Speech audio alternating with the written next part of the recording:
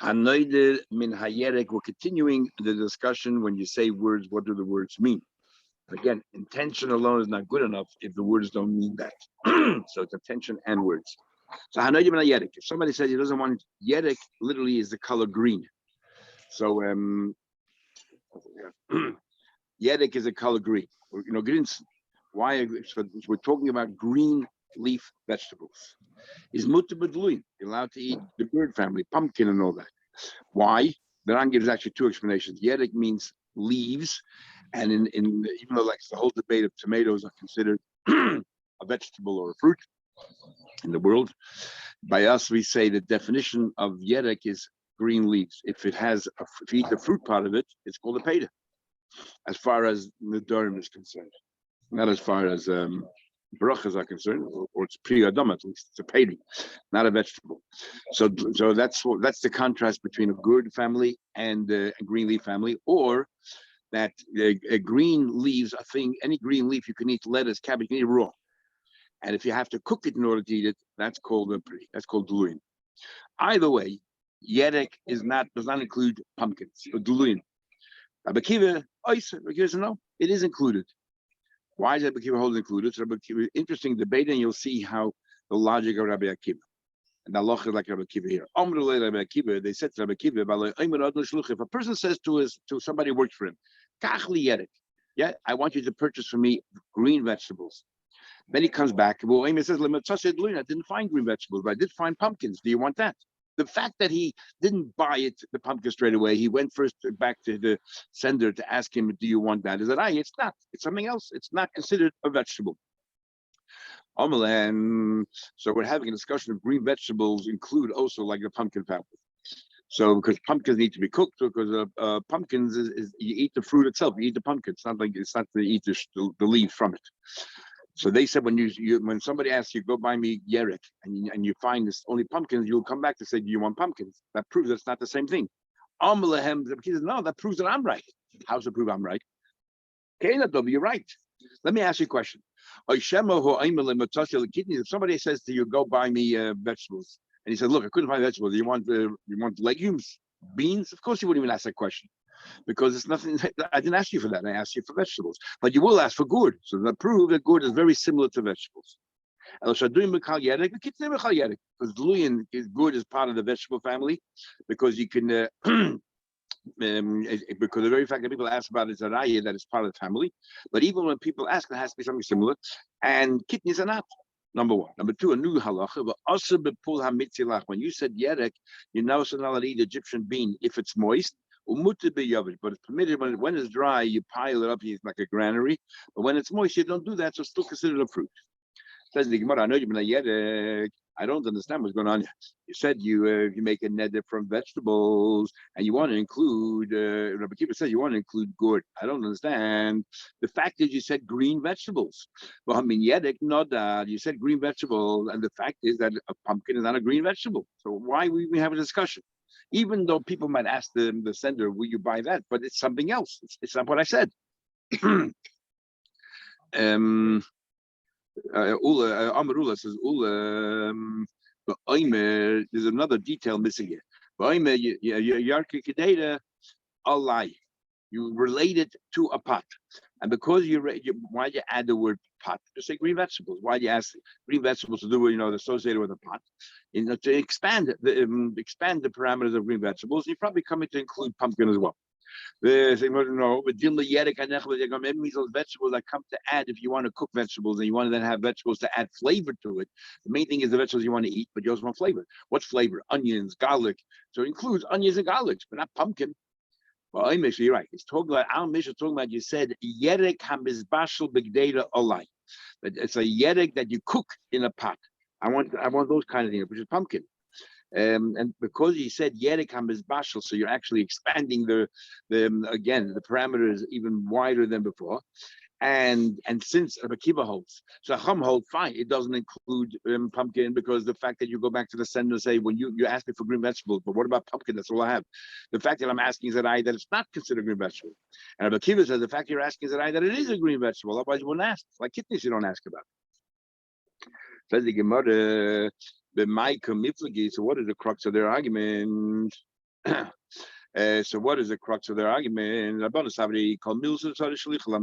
you have to ask, go back and ask the sender. Do you want this lad minahu? That proves the fact that I didn't just buy it offhand, off the shelf. I went and asked, proves that's not the same thing. The fact that you asked about this and not about other things means that it is very, very similar. You didn't ask about kidneys, but it's not similar at all. But Kiva's made in this case, even though we say it includes the pumpkin family, you don't get malchus because it's not really a vadois, it's only a suffix. It's a suffix whether it's included or not. And therefore, malchus you won't get, but it's still not there. You have to abide by it, you're not allowed to eat pumpkin. So now we are going to discuss a similar halacha and to see how it fits in with this argument we just said right now, which is the laws of Me'ilah. Me'ilah is if you're using something from Hegdish, B'Shegi, if you're stealing from Hegdish, B'Meiz, it still belongs to Hegdish. But B'Shegi, you didn't realize it belonged to Hegdish, and you used it. We had it before already, it's called B'Shegi. Me'ilah, you stole it from Hegdish. You have to pay back with an extra penalty of a quarter, a fifth, which turns out to be a quarter, and you pay a Shami'ilas. But what happens if somebody asks you to do something for him? If you carried out the instructions exactly to the T, then he is the one who's liable. The Mishalech is liable. Even though we have a general rule, ain't shliach at varvera, that if a shliach is not even avera, because either because we have two psukim that says that there are exceptions, means everywhere else it's different, or because divrei harab and divrei talmud mishayim. I mean, you're supposed to listen to the Eibishter, what are you listening to me for? But there are two exceptions, and one of them is Me'ilah. One of them is Me'ilah. By Me'ilah, we say, we have a special policy, we learn chet from Truma, just like by Truma. We say that if you send the Shliach, it works. And we learn out chet, a number of din in Me'ilah from Truma. And one of them is that, just like over there, Shliach is effective, over here also Shliach is effective. And the other one is Tevei Chayde Achar. If you steal something and then you shecht it, you pay 4 or 5 times as a cow or a sheep. And if you ask the Shliach to do it, you're chayiv. Because it says, Tavach oy mocha. Special, the two exceptions. Now, but if the shliach did not carry out my instructions to the letter, changed one iota, he's no longer working for me. He's doing it himself, and therefore he's the one who's liable. I'm not the one who's liable. That's the din of by Mila. So the question is, where I told him to go ahead and spend the money on vegetables, and he spent it on something else, are you liable or not? And we'll see whether this fits into Rabbi Akiva here. Tanahas been learned over there. Shliach carried out the shlichus, and balabais mo. Who is the one who's liable? The balabais, the one who sent it, because yes, shliach at varveda when it comes to Mila. Even though you can ask both should be even aveda. The shliach who did it and the shliach who did it. We don't find the Rishonim say we don't find that for one aveda 2 people should be liable. For one aveda 1 person is responsible, and if you tell each one did half, then no one is responsible. Like we learn out about Soisa, we learn in Gemara Shabbos about Soisa if you do the entire Veda, not if you do a part of the Veda. So therefore the Shalech is totally has to shoulder responsibility. What about Lo Asr Shlichus? The Shliach went out and did something on behalf of the Shalech, but he didn't carry out the instructions the way he was instructed. Then Shliach Mo, the Shliach is liable. Man Tana, so who's the author of that Mishnah? The Maslisin, it would seem the Mishnah is the Leiker of Akiva. Is not who's the author of the following Mishnah. It does not work out conform with Rabbi Akiva. What's the story?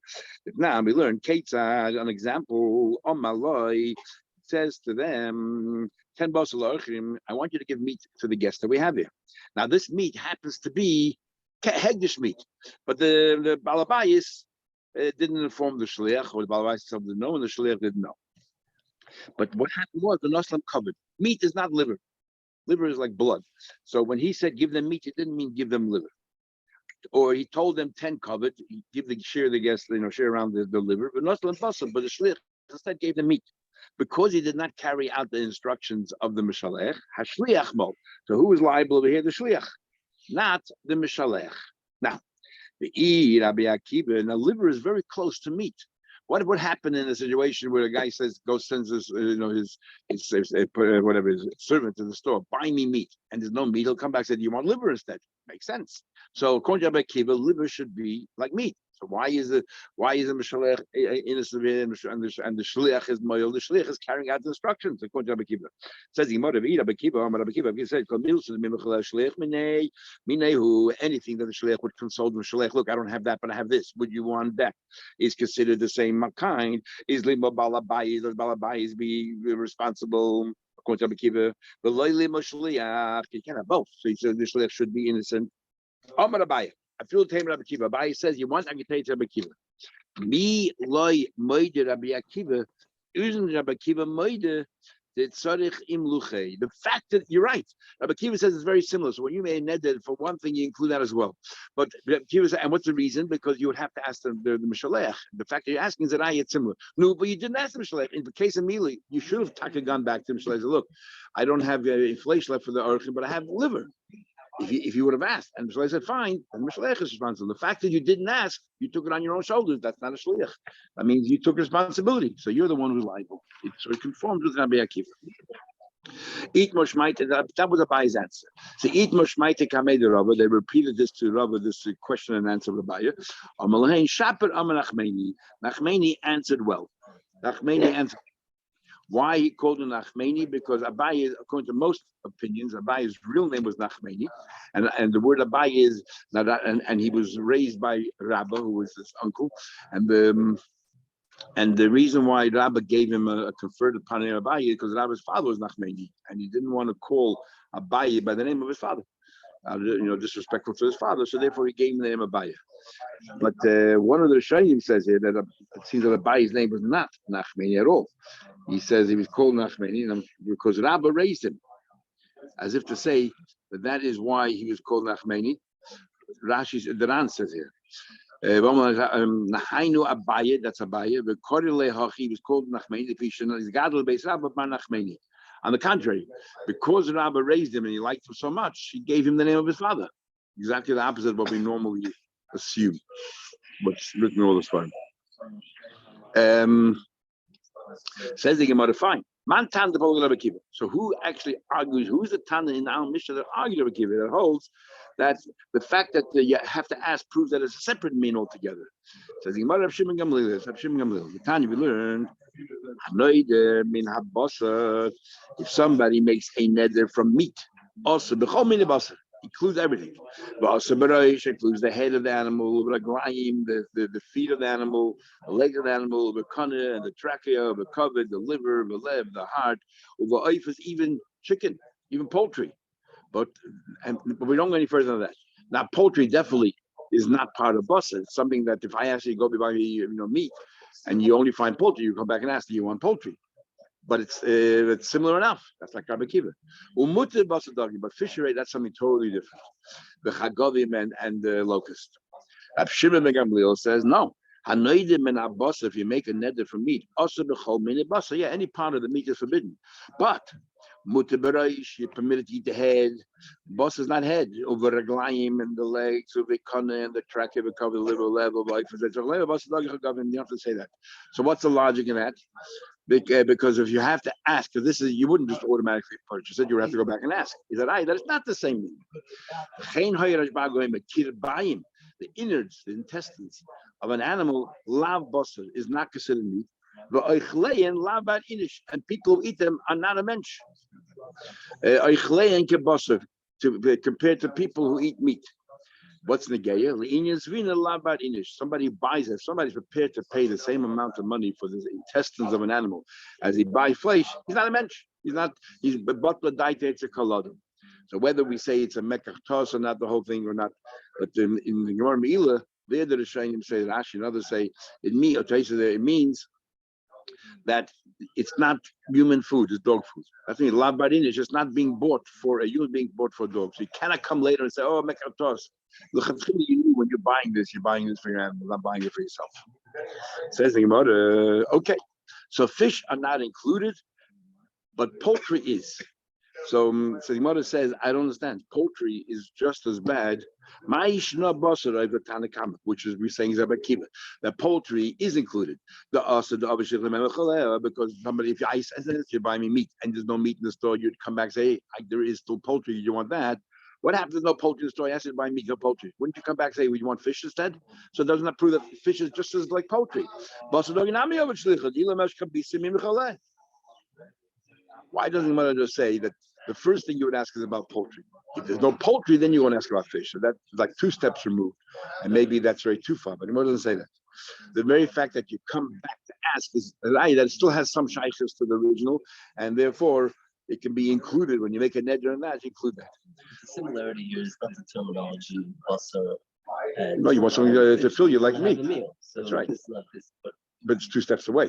I think it makes no difference. 2 steps, 1 step. in a nether, why would you think that that's the same? If I'm asking you to bring me to buy me a meal, so first I want a meat. If there's no meat, so you ask me other options. But you wouldn't go after that. Let's say there's no fish. I wouldn't go say, do you want couscous? It's even though it could be a meal as well, or vegetarian, because you're asking for flesh. It's flesh. Maybe you would. Maybe whatever you can get. There's no. We're not talking about hunger now. We're talking about the idea is that it's flesh. So even though this is potted or whatever, it's flesh, but it's flesh. And therefore, this kind of flesh, you can see it. Yes. What's to this fish? Yeah. The Omar. He says, why isn't fish also then? If you're going to extend it all the way to poultry, why don't you extend the fish as well? Omar Abai says, but talking about a unique case here. Just like before in our Mishnah, we suddenly put into a few words there, data and all that. We're going to say that this Mishnah also, this Brisa, we have to add a few words. What is that?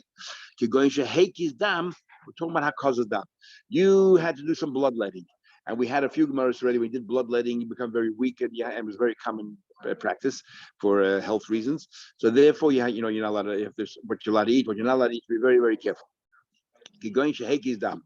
So you will make his dam, and when you make his dam, the loyachal dog, fish is very bad for you. So anyway, you wouldn't eat fish. So why? So therefore, why would you go back and ask the guy, do you want fish? You're not going to. You're only going to go to poultry. That's what the case there is. Poultry is also bad for you if you had Hakaz's dam. Shmuel said the Mesukah, if somebody just had Hakaz's dam, somebody from the shoulders, Mesukah is bloodletting in the shoulders. You have the suction cup, so you put the leeches on for blood circulation. But if he goes ahead and eats chicken or poultry, his heart will go fly away like a bird. No, it's very unhealthy. So if we're talking about a case, a situation of Hakaz's dam, just like fish is unhealthy, so too is poultry. But Tanya, and we learned in the Brisa, ain't makizin. You should not be makiz. Loyal dog, not be had fish. Not if you had poultry, and loyal basam malich, not if you have salty meat. Very salty meat. But Tanya learned hekiz dam lo yechol, nor should eat like cholam, milk, like cheese. A lot of rules here. What you could do during Hakaz's dam. Milk, cheese, like bain, not eggs, like cholim, and not cress, for not poultry, like basam malich, not heavy salty meat. So what's going on here? If you tell me it's talking about a case about Hakaz's dam, and that's why fish is outside of the equation here, because definitely you're not interested in fish, nor are you interested in poultry. Says you want to know shiny eifes. There's a way of cooking it that you can eat it. The efshai de shlika. If by the Ran learns, if you stew it, if you cook it for a very long time, then poultry is all right. And so there is a way you can eat poultry. Just a question of the method of how you prepare it. Fish, no matter how you prepare it, is no good. But poultry, when you cook it normally, by the Ran learns, is no good. If you stew it a lot, you can eat it. Traces there learns poultry. When we say it's no good, is if you grill it, make a barbecue. But if you cook it, I don't care, heavily cook it, ordinary cook it, it's all right. Chicken soup is good for you. Abaya gives a different answer altogether. You're going to kaiv and le'ain. Not about cause dam here, but talking about your eyes hurting.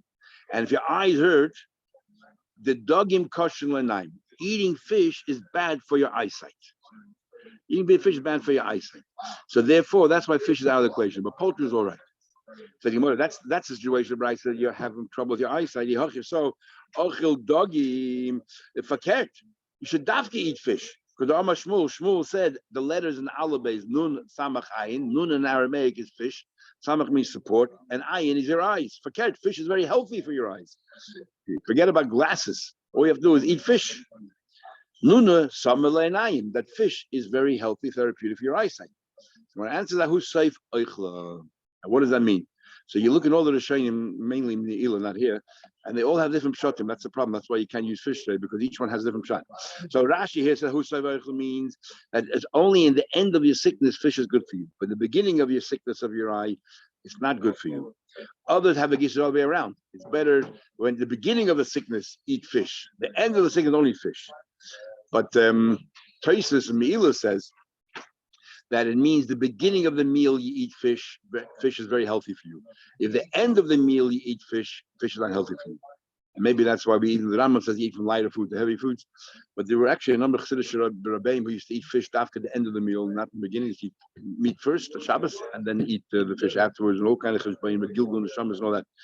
But the Taisa says Amila, that you should eat fish in the beginning of a meal, very healthy. Eat fish to end the meal is not healthy. In relation to eyes. That's what I'm saying, Gemara. So he says there, his gish is tchilas oichel, but here we touch oichel sickness. Oichel here we touch sickness, and the soif oichel means the end of his sickness, tail end of his sickness. Fish is good for you. Other the gish is tchilas oichel, the beginning of his sickness. Toises touches there. Oichel means eating, and his gish is tchila. Tchilas oichel, beginning of a meal, fish is very good for you. Maybe that's why we eat fish in the beginning, and so on. Anyway, Gary, something that you have to work on and see how to put a part of your therapy. Yeah, I'll ponder it. Thank you. Ponder the books. Okay, we'll see you tomorrow, Mitch.